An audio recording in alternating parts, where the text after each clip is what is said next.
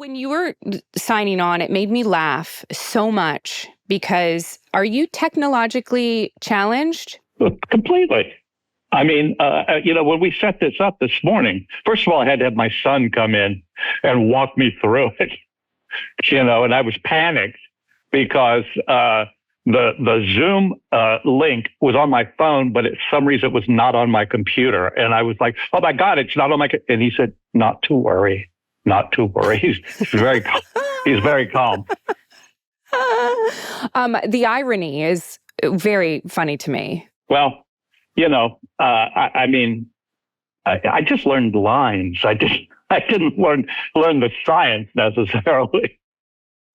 Did you have a trick to memorizing the science jargon? You know what? I had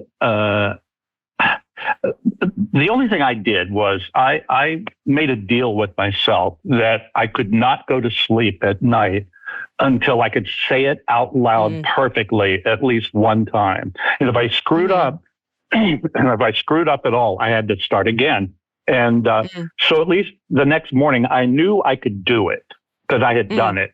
But it was just horrible rote learning. And is it repetition for you? Yeah. And it was like learning the phone book. And, we had a lot of guest stars wonderful actors who would come in and not be able to do the scene. And they'd stumble. And they go, I knew this last night. And they knew it in their minds, but their mouths didn't know it. And that's critical, is knowing you can get your mouth around words you've never said before and that have no literal meaning.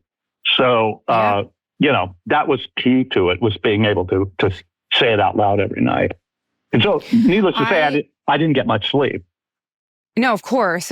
You probably never slept. I got to a point where my husband would throw tennis balls at my face. Yeah. Well, I'll try that. It's hysterical. But no, we would play catch. And he wouldn't throw it to the same place. He would throw it different places, not hard, obviously. But we would really play catch. And I knew that if I could play catch with him through a scene, that I had it memorized enough. There you go. Because I had to be able to do other things. And it's science. People don't understand. Sci-fi jargon is probably harder. I don't know. I can't say this. I was going to say probably harder than medical jargon. Have you ever played a doctor before? I have played a doctor. Yeah. Is it harder? It's similar. Okay. It is. It's similar, except that generally what you're saying as a doctor exists. And that's the only difference, really. But exactly. The lack of knowledge is the same, at least on my part. Right. I find it so difficult. Are there any lines that you still have memorized till this day? No. Because part of I do remember, no, I'm not going to say this, but I do remember that what I would do is you had to erase it completely so I could start again the next day.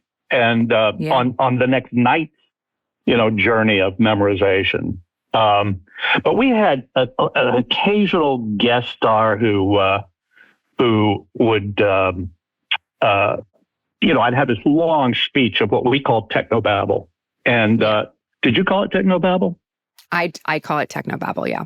I don't know. I think we invented that. I don't know that for sure, but really, I'm sure you did. You guys have the show had been around for a long time at that point. I'm sure. Yeah, but So we'd have an occasional guest. I'd have these long speeches and Technobabble and just on and on and on, saying things I didn't have a clue what I was saying, but I had memorized it. And I'd get to the end of the speech, and their line would be, "Well, go on, continue." And I'd get to the end of that speech, and they'd say, "Was am I supposed to say continue?" And and then we'd start over.